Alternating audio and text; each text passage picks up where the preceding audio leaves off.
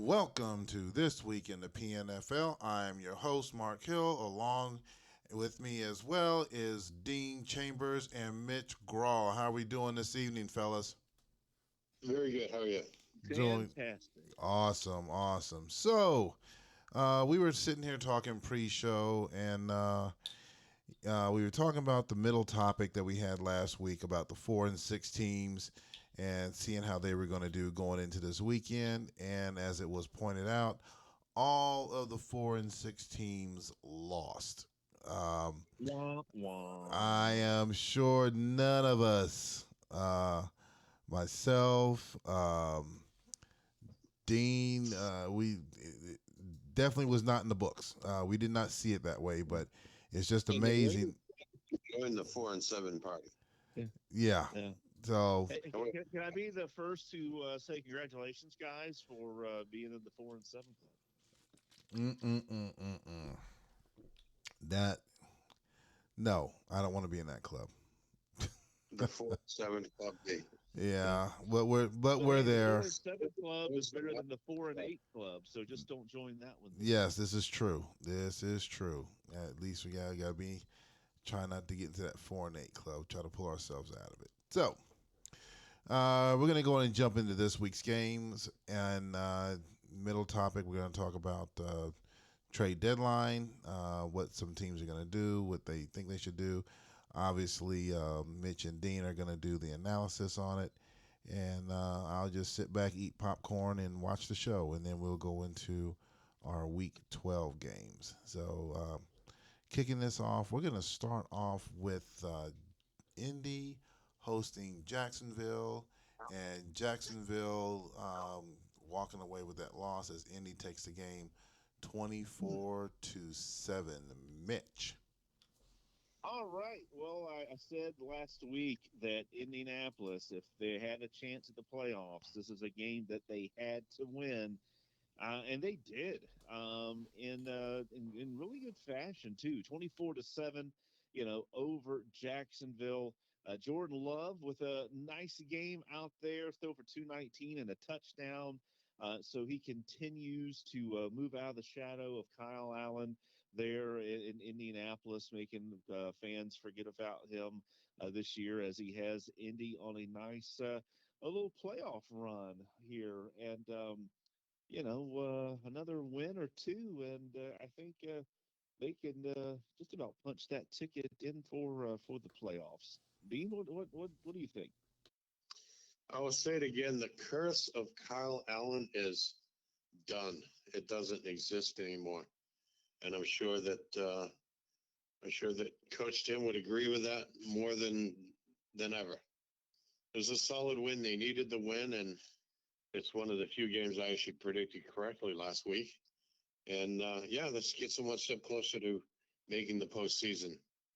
So great win for them. Yeah. All right. Next game, we have New England hosting Kansas City, and Kansas City walked out with a 30-20 victory. Dean.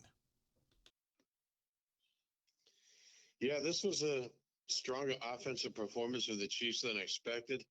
I had said that the Chiefs would win but not cover the spread, but they scored 30 points and they covered that spread. I think it was an 8.5 spread and they won by 10 points. Baker Mayfield had a solid day, completing 70% of his passes, only one touchdown pass, but that got the job done. Solid win by the Chiefs. All right. Coach Grawl, what do you got for us with your team this week? Well, after having to run wind sprints for not being able to cover kickoffs very well, outside of that, felt really good about the team's performance. Out there, as Dean said, Baker had another solid game. He's continued to perform very well this season. So it was happy with that. And the rushing game, ETN, he did get player of the game even though he only rushed for 44 yards, but he did get those coveted 2 touchdowns, which seems to be what we always look for in these player of the game and player of the week announcements. And so my MVP of the game was my field goal kicker. He was 3 for 3, and seeing that is usually pretty rare. So happy with the win, and we'll move on. We're on to Las Vegas. All right.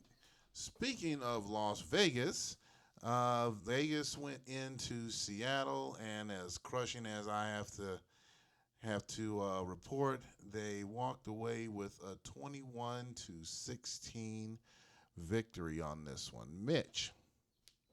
Well, I will say, I was not happy to see, Mitch Trubisky win a Player of the Game and or Player of the Week award, and actually be on the winning side of the game. I think he's had a couple this season where he's been on the losing side. So Trubisky, a solid game there, 254 for 200, for 200, 254 with 2 touchdowns. The ground game had some struggles against that tough Seattle defense, but Trubisky was able to make enough plays to squeeze out the 5 point victory.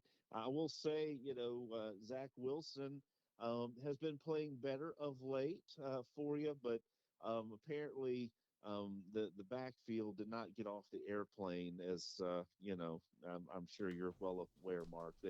He had some struggles running the football, but I'll let Dean talk about that a little bit. Dean, go ahead. Yeah, I suspect also that that interception didn't help. It was only one, but the 5 point score would lose it pretty close. And this was a tough game for Seattle. Um, Seattle ended up, as we discussed in the pregame show, being one of four of the 4-6 teams that ended up going to 4-7, and the Raiders joined that club by winning this game. They're also now 4-7. So now we have 5 teams with 4 wins that will either join the 4-8 club or will advance to 5-7. We'll see about that this weekend. Yeah. And we're going to have a team that's, I predict, is going to join that 5-7 club that's currently 5-6. Yeah, I'll say that definitely the running game just wasn't there at all, just horrendous. So hats off to Vegas on that. Managed to do a good stop on that. The passing game was the passing game. I mean, you put the yards up, but you know, we got to have everything um, working on that, and by not having that, you see the results. So, Yeah, I do have a question for you, Mark. yeah. What since I have the Raiders coming up, this week. Well, so what was it that your team did to scare that field goal kicker? Because Everly was 0 for 3 on field goals, so this could have been a 30-16 game. But obviously, you did something to scare the guy. Any pointers you can give me? You put all your big guys up front, and when the ball is snapped, do all you can to get into his face, and he can hear those. He hears those feet stomping in. He just gets a little bit on that rattled side. Put some war in. Tell your players when they're in the locker room, put their war paint on, because that war paint will get to them also, and that's it. Gotcha. Okay, I wrote that down. I There you appreciate go. that. It's I all have it's all visualization. The visualization is going to get him. Gotcha. I have a quick question. It seemed like it was just a couple of seasons ago, Mark, that our 2 teams had the league's only 1,000-yard rushers, and now it seems like this season neither of our teams are very good at running the ball. Yeah, I think that they're probably the one thing I can say about this is that I noticed when I came into the league, everybody was passing, passing, passing, passing. Now they're starting to see that okay, some teams are still on that passing train, but others are trying to get into that running mode, and I think they're starting to tune into that and watching the films. I think they're doing a lot more watching on the Defending game. it better? Do I now? Are you saying they're defending it better? I think they're starting to defend it better. You might be right. I think they're seeing that because again, it's always been just a passing league, but now it's like, well, wait a minute, I'm getting burnt. I can control the passing, but I'm getting torched on the ground. Okay, which teams are shifting more towards the running game and away from the passing? I think that's what's doing it. So, All right, moving on. Next game on the list, we have San Francisco hosting Pittsburgh, and San Francisco walking away with a 17-6 win. Dean. Yeah, I think the big story here is the lack of offense by the Steelers. Just 125 yards passing, only completing 50%, and no touchdowns and an interception. And Pittsburgh has some pretty decent rushing yards spread out over five different running backs. So none of their running backs really dominated, but they have five of them run the ball. But I think when your passing game is that inefficient, the 49ers were able to score 17 points and win this game, and that pretty much decided it. That's definitely a case of it's not that bad to give up 17 points on your defense, but 6 points in the form of, I believe, yeah, two field goals. That just doesn't win a game in this league. Yeah, not at all. Mitch, what you got? Well, we just talked about teams, having a hard time running the football. Well, Pittsburgh did not have a hard time running the football this week against San Francisco, who, by the way, has the number three scoring defense in the league, just in case y'all did not realize this. But yeah, Pittsburgh ran the ball 141 yards, 6.7 yards a carry. And, the 125 yards passing for Pittsburgh, that's, other than last week when they just tried to throw it every down, that's actually a pretty high amount of passing yards for Pittsburgh. I think they've won 3 games with 100 yards or less passing this year, but eventually that luck will run out if you're not able to balance that offense out a little bit and put up some points. And I think that's what happened this week. All right. Next game that we have on our list is Chicago. Excuse me. We have Chicago and Atlanta. And Chicago hosting Atlanta. Very, well, I'll let these guys describe it. Where Chicago walked away with a 37-16 victory. Mitch. Well, this was an anticipated matchup. It was a playoff rematch from last year where Atlanta was able to score a big upset against Chicago. At that time, Atlanta was led by Justin Fields at quarterback, and this time around, Justin Fields was leading the way for Chicago and got some redemption there for Chicago, losing that playoff game, but also the well chronicled, journey that Justin has had since the Super Bowl debacle last year. So, 4 touchdowns, 313 yards for Fields, winning player of the week, looked very very solid. Atlanta had some opportunities to tighten the game, but Chicago just too much, too much. And I think had a lot of revenge on the mind after that playoff loss last year. So, Dean, what were your takeaways from the game? I don't know what takeaway you can get from this. Is there any positive points in this? The defense wasn't very good. The offense wasn't very good. The rushing game was mediocre. Well, hey, Danucci did have 2 touchdowns and no interceptions. There you go. There's your positive to take. And you had the ball for 5 minutes more than Chicago. So there's 2 positives for you, Dean. There you go. See, I'm Mr. Positive today. But it didn't lead to much scoring, though. Well, it did lead to a win. You didn't say, lead to a win. You said are some positives. I'm trying to give you some positives, Dean. So. Okay. Um, Anything else you have on that one, Dean? Pretty much just summed it up. Just a rough day at the office, huh? Yeah. Yeah, pretty much. Okay. We'll Next. say, similar to Seattle's special teams, Atlanta's special teams was really able to spook the field goal kicker for Atlanta, making them 0 for 2. So there's three positives for you, Dean, to take away Putting from on this that one. war face. Putting on that war That's face. right. Next game we have is New York Giants going into Detroit and walking away with a 26-17 victory. Dean. Yeah, this was a pretty tough matchup, and I remember I was expecting the Giants to win, and early on in the game, Detroit was looking pretty good, and they had taken a lead of something like 7 or 9 points or whatever until the Giants came back. So I think it was kind of a story of two games. The Lions looked better in the first half, and then the Giants pretty much were strong in the second half and ended up winning the game. And the Giants went for a fourth down 5 times and made 4 of them, which they kind of had to do because they were 5 of 15 on third down conversions. So they picked up an additional 4 of those on fourth down, which helped keep some of those drives alive. And that may have been the difference in winning this game.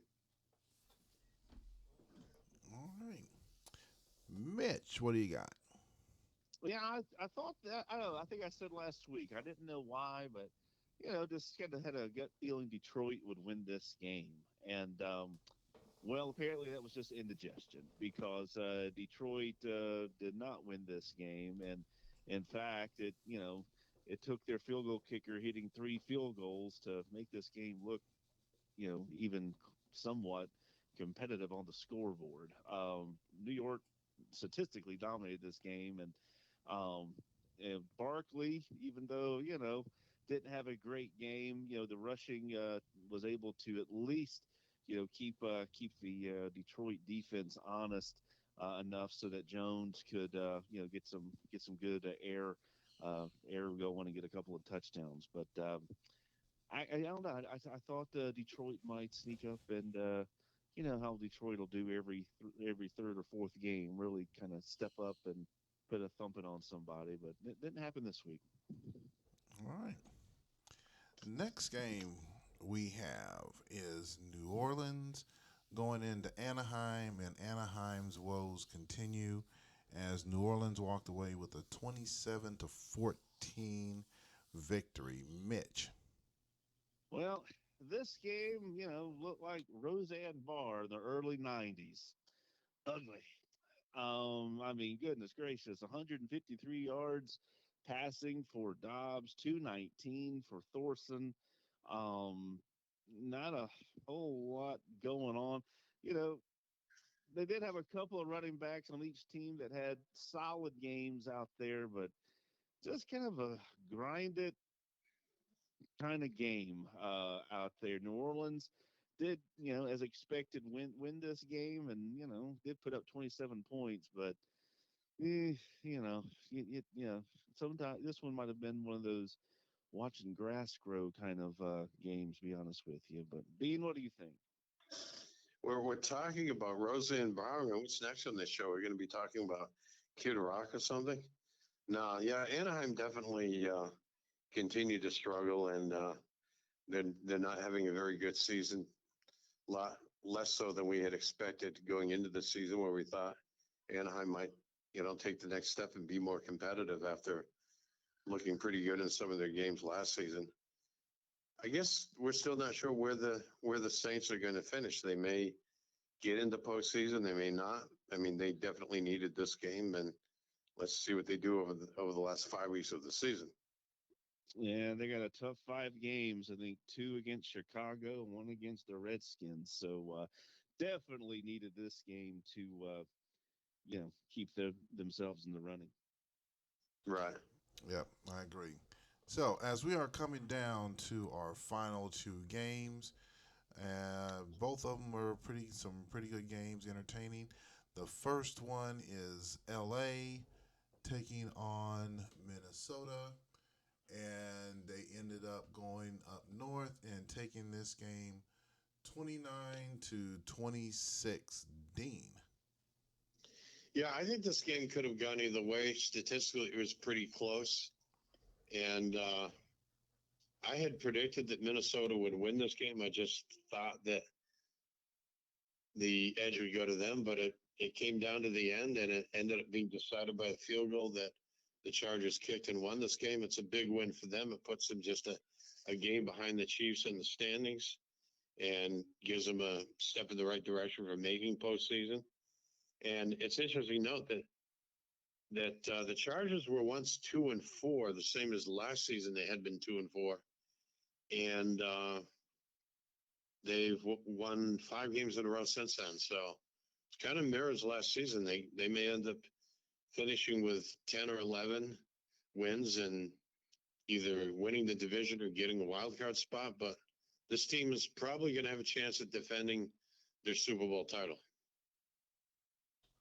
All right. Mitch. Well, King Kaiser does it again, even though he did not get player of the game. That went to the Minnesota quarterback, Lamar Jackson, with his 3 touchdowns on the day. But we were talking a pre-show, right? LA and Minnesota played earlier in the season, and that was a 3-point game. Went LA's way, and so basically, you got the 2 games between Minnesota and Los Angeles where a 3-point swing or 4-point swing in those games the other direction, and we're talking Minnesota 7-4. Kind of greasing up for a playoff run, and LA trying to hang on, but instead it's the other way around. So, expected nothing less from these teams to battle it out there.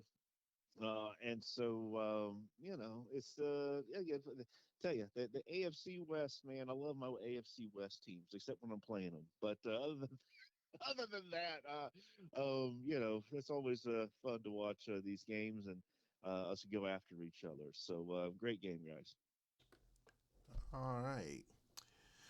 So, as we are coming down to the last game that we have for this week, and could be a preview of our Super Bowl game, we have the New York Jets hosting Washington, and the Jets walking away with a 27-17 win.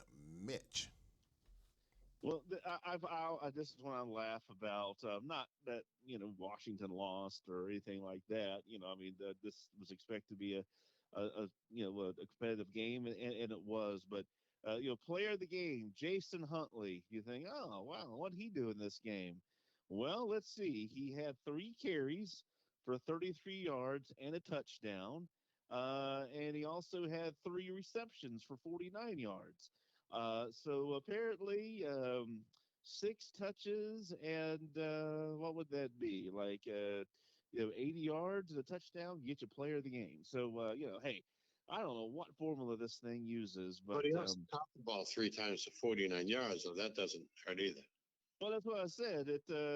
He had 6 touches for about 80 yards combined here. So maybe we should start doing a weekly poll for player of the week or game or something like that on the forum. But anyway, bottom line is, the Jets were able to outlast Washington.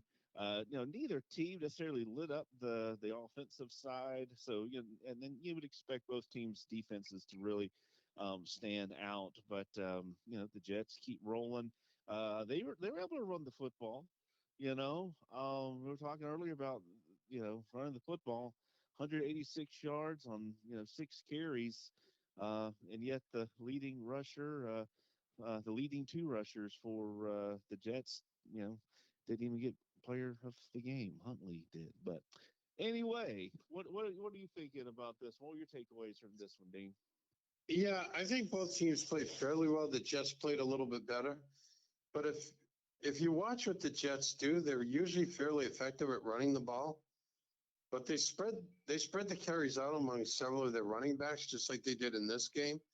So the Jets never have 1,000-yard rusher, but they'll have like 3 or 4 running backs with 500 or 600 yards, and as a team, they run the ball very well.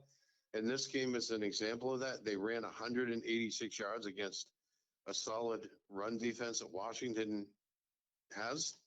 So that really made the difference. That's the difference. That allowed them to outscore the Redskins by 10 points and win this game. The effective rushing. I mean, Jones wasn't that bad, 17 of 31, 55%. He did throw an interception, which didn't appear to cost him too much. But I think that running game, 186 yards, really made the difference to the Jets and allowed them to beat a tough Washington team.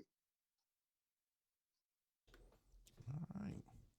So as they keep rolling right along, I told you guys earlier in the season that the Jets they were on a mission after last season, and clearly um, they're doing their thing. That's all I can say.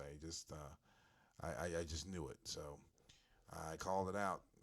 Anyway, moving on, middle segment. So we are coming up to the trade deadline. As we come to the trade deadline, I know there's some teams that are on the bubble and they're trying to make some final roster moves.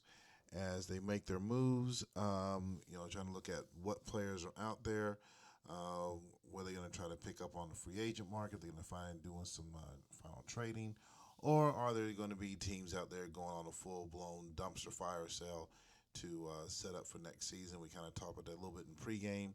How certain teams just love this time of year because they can stockpile on first round picks.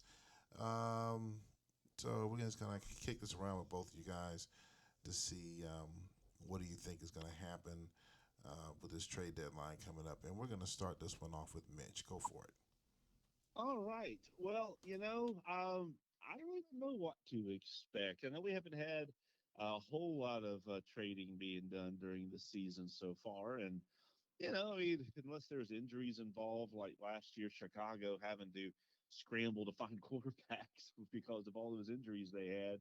I mean, we don't have a ton of trades, but with some of those rule changes that we had, um, I think last off season, and restricting the postseason trading or preseason trading, I guess however you want to look at it, for teams. We might see some more going on. Me personally, I mean, I really don't know.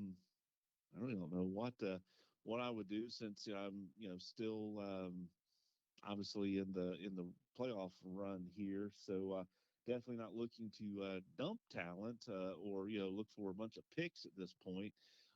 Some teams though, I'm looking at the standings and maybe it's time to assess your current talent and seeing what you can maybe scramble some multiple draft picks or something for some talent coming. I don't know, but I know Dean, you've been a little bit more active at looking at some trades and some scenarios for trades due to expiring contracts and all that. So I'm curious to see kind of what you're thinking because you're always a little bit more involved in those kinds of things than I am. So what are you thinking this is going to look like here over the next 6 or 7 days? Well, for my team, I've addressed most of that in letting go a few of those players that weren't going to be signed anyway, replacing them with players that are almost of equal value in the so-called fire sale that was never really a fire sale. But I don't anticipate any moves. I don't think there's going to be a lot of moves overall. There might be 2 or 3 trades, but I don't think there's going to be anything major. There might be a player here and there that one of the teams that believes they're out of playoff contention might trade for a draft pick just to get something. But even those teams, I think, will be looking at their roster and thinking that they're really solid players that they're trying to rebuild their team around.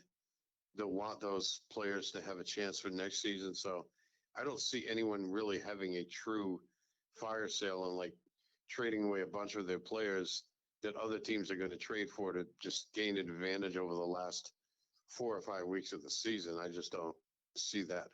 I don't think there'll be many trades. There might be 2 or 3 fairly small trades. Someone will trade an offensive guard that's getting up there in age, or maybe a couple of players that are playing their last season that failed their physicals might be getting traded by a 4-7 or a 3-8 team to a playoff contender that might be able to use a guard or a tackle or a defensive end for depth that's going to retire at the end of the season anyway. Nothing major though. You'll probably see a few small trades. I don't see anything major though. What are you thinking, Mark? Well, I'm thinking that I think I kind of concur with you guys. I think there's not going to be anything that's heavy out there. Um, I think this is going to be some small movements by the teams, picking up maybe a receiver or a defensive back or um, running back. Nothing real, no heavy um, major trades or someone trying to stock up for next season. I think it's just going to be just some little minor tweaks by certain teams. That's mainly the teams that are on the bubble. Um, for the playoff run. So, could be L.A. Could be Indy over on the AFC side. On the NFC side, could be New York. Could be New Orleans or San Francisco. So it's just those teams that are just on that bubble thinking, okay, if I get this one added person, that might be the one that I just need to go ahead and move me over to push me over to that next level. So um, nothing too heavy, but just something real, just a little fine tuning there. That's my opinion. Would you guys agree with that? Yeah, that's about the most we'll see. Yep. Yeah, I mean, it'd be interesting to see some of these teams. I think you brought it up, that have some solid players that pass the physical. So they've got, obviously this season and at least next season remaining. Some of these teams that are 4-7 and below, maybe looking to shop some of those guys around, trying to get some, maybe get some draft picks or something for next year to some of these, uh, you know, higher ranked teams. I see a couple of players that are out there that I might shoot a note or two to some coaches to see what kind of interest they have in making a deal. But I'm not gonna. I don't think anyone necessarily is looking to bet the farm right now on this one player. So we'll see how it works out. All right.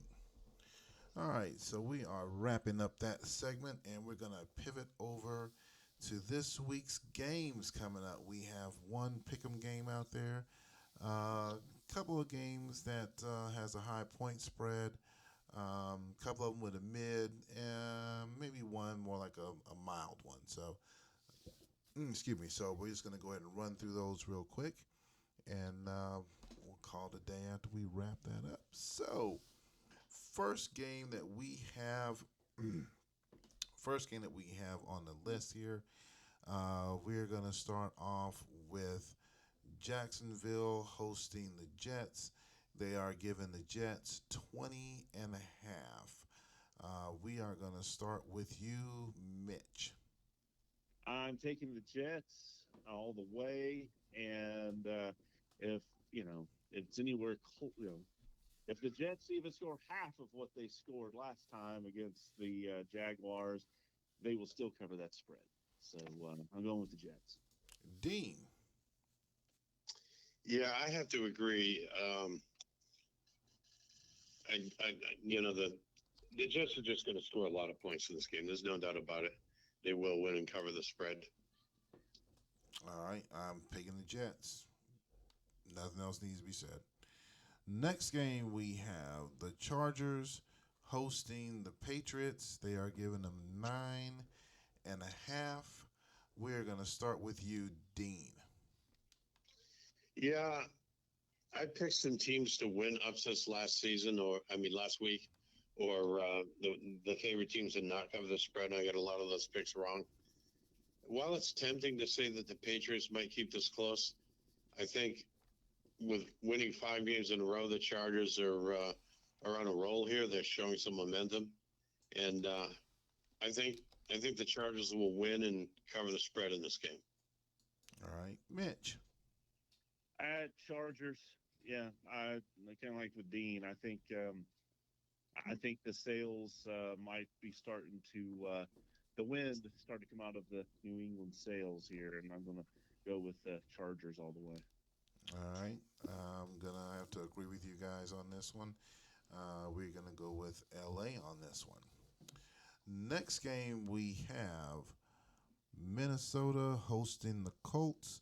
A little bit of a mild spread here. They are giving the Vikings the nod at 4.5. Mitch. Well, everybody, this is the biggest game in the AFC this week. You've got Indianapolis 6-5, riding that two-game winning streak. Got themselves nicely back over 500 in the playoff hunt. On the flip side, you've got the Vikings, the grizzled veteran Vikings, who have lost some very tough games at 5-6. So their backs are against the wall. They've got to have this game against Indianapolis to keep their playoff hopes alive. You all know how I feel about my AFC teams, my AFC West teams in particular. So I am going lead pipe lock, you know, put out the second mortgage. Vikings will win this game, and they will keep the playoff hopes alive for a clean sweep of AFC West teams here in the playoffs. So that's where I'm going with there, Mark. All right. Dean. Well, speaking of lead pipe locks, the last couple of weeks, my lead pipe lock has been more like a lead pipe curse. But when we look at this game this week, and I think the momentum is with the Colts. I think Indianapolis is going to win this game. It's going to be an upset. This is one of the few upsets I am picking this week. And yes, I am also making it my lead pipe lock. Put your money on Indianapolis this weekend to win this game. Take it to the bank. Lead pipe lock. Colts win. Wow. Okay. A dual lead. This is the second week for a dual lead pipe lock. Okay. Ooh, let's see. What are we gonna do here? I think I'm gonna go with Minnesota. No lead pipe lock just yet, but I am going with Minnesota on this one. Next game we have Kansas City hosting Las Vegas, and they are giving KC 10.5. Dean. Yeah, I think the Raiders will play this game tough, but I think the difference would be the Chiefs' defense, and I'm picking the Chiefs to win this game. All right, Mitch. I will definitely, go with the home team there, and take the Chiefs. Take the Chiefs. Have to win this game. Gotta keep the Chargers at bay for crying out loud. They're out of my heels again. All right, got somebody nipping at your heels, huh? All Yep. right, I'm just going to round this out with the group, and I'm going to take KC on this one as well. Next game we have New York Giants hosting Washington, and they are giving Washington 7.5. Dean. Yeah, I think this is a key game where the Giants are going to show us that they're going to break through and make the postseason this season, or they're not. And I think this is where they do it, and they do it by getting an upset win over Jerry's Redskins, something they have done on occasion. So I'm predicting it this week. This is one of the few upsets I am predicting. Giants are going to win this game. All right, Mitch. No, no. Washington wins. Jerry does not lose three games in a row, especially if they're playing rival New York Giants. Jerry and the Redskins all day. All Yeah, right. I remember someone saying that Jerry doesn't lose three times in a row to Detroit, and Jerry lost to Detroit in the NFC Championship game. So Well, hey, they're not playing Detroit this week. They're playing the Giants. I'm still going with maybe it's Washington. a divisional game, but nonetheless, it was a playoff game. All right. So I remember that too. Trust me, I remember that too.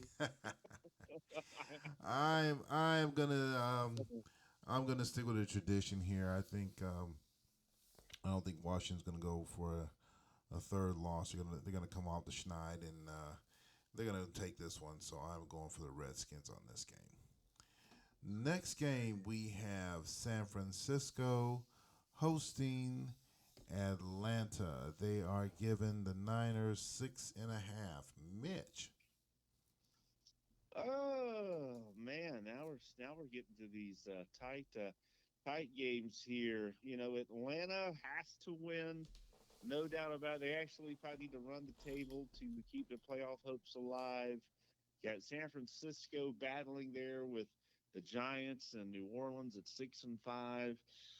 Uh, I'm going to take the home team, and I'm going to go with San Francisco. I think the PPP that the coach has left behind is going to be solid and enough for the win. All righty. Dean, what your boys gonna do this week? Well, that's a good question. Are they going to play defense this week, or are they going to play offense? Are they going to play something? I just think that this is going to be a close game and an upset. And I think the 49ers are going to have a little bit of trouble at home in this game and probably lose by 1 or 2 points. All right. Now I'm gonna throw my little hat in there. So I think yes, while it is true that San Francisco is they're in that thick of it, and Atlanta's having to struggle a little bit, especially after losing last week, 3-game losing streak. I think they're going to come off of it this week and turn around because now their backs against the wall. It's a do or die situation. So I am looking for the upset. I think they're going to get some things straightened out, and I'm going for Atlanta. And not only that, go ahead and throw your money on this one because I'm calling for a lead pipe lock on this one. Falcons win, and it's going to be a tighter, tight spread, close game. Maybe 2, maybe 3 points, maybe a field goal may decide it, but I'm going to ride with Atlanta on this one. So putting that pressure on, did a little extra pressure on him. So next game we have, and this is our only pick 'em this week. We have Seattle hosting the Lions, and this one here is basically a toss up. Um, Dean, go ahead and kick us off. Yeah, I know that Detroit can be kind of unpredictable at times, but I think in this game, I think the Seahawks are going to play some pretty good defense against the Lions, and I think Seattle's going to play some pretty balanced offense with some decent rushing and some decent passing, and maybe just simply manage to cut down on mistakes and misplays, and I think Seattle will come out ahead. I don't know, maybe a field goal, maybe a touchdown or something in between, but I'm picking the home team to win this game. All right, Mitch. Yeah, I'm going to go with Detroit. I'm going to go with Detroit. I don't know. They're due for one of their crazy sneak up and kick somebody in the rear end games. So maybe this. I thought it was last week, so maybe I was just getting a week early. So I'm going to go with Detroit this week. Or maybe it'll be next week. Maybe you're still a week early. You know who? Yeah, it could just be indigestion again. Yeah, I think you're a week early. So, You uh, might wanna look yeah. into the tick Well, funds. for me, I think we're gonna get some things straightened out here. Hope make sure the defense does their job. Um, try to keep that ball going through the air, but definitely find out what that problem is on that running side and try to correct some of that because you definitely need to be a well-rounded team in all areas in this league. So obviously, I'm going for my Hawks this week to take this one. Go Hawks. Next game, as we come down to our final two, next game that we have on the list is New Orleans. New Orleans hosting Chicago. This is a pretty decent sized spread. They are giving the Cardinals 10.5. Mitch. Oh man, what to do? What to do here? Right? I mean, whew, must win for New Orleans, but I think Chicago's got enough left in the tank after that battle last week against Atlanta. So I'm going to go with Chicago. All right. Mitch, what do you got? Dean, what do you got? I just said I'm taking Chicago. I just said Dean. Okay. Yeah, I think they have plenty of gas left in the tank, and I think Justin puts Sam Darnold back into a spot as a starting quarterback. They did the Justin Fields thing last week against my team, but they're going back to reality and going back to Mm-hmm. being sensible, and they're going to cover the spread and win. I see the Cardinals winning by probably at least a couple touchdowns. The Saints are good, but Chicago is just that much better. Yeah, I have to agree with both of you guys. I'm looking at Chicago to take this as well. I'm kind of I I'm hedging on that spread, but I'm more inclined to lean more towards that spread than against it. So I'm going for the Cardinals with the spread on this one. Last game that we have for week 12, we have Pittsburgh hosting Anaheim. They are giving Pittsburgh 7.5. Dean. Yeah, this is rare that we see the Pittsburgh actually favored by a spread that large. But I think it's warranted. I think it's justified given how Anaheim has played this season. And I think the Steelers will play tough defense. And going against the Rams, I think they'll play some pretty good offense as well. And they're going to win and cover the spread. Okay. Mitch. Well, Pittsburgh usually does not score, but then they score more than Anaheim typically. So I'm going to go with Pittsburgh. All right. I have to concur. I'm going to go ahead and go with you guys and go with Pittsburgh on this one over Anaheim. Now, as I go back and I look at all these games for this week, I see that from Rich all the way down, I'm looking at, let's see, we all agreed on the New York Jacksonville game.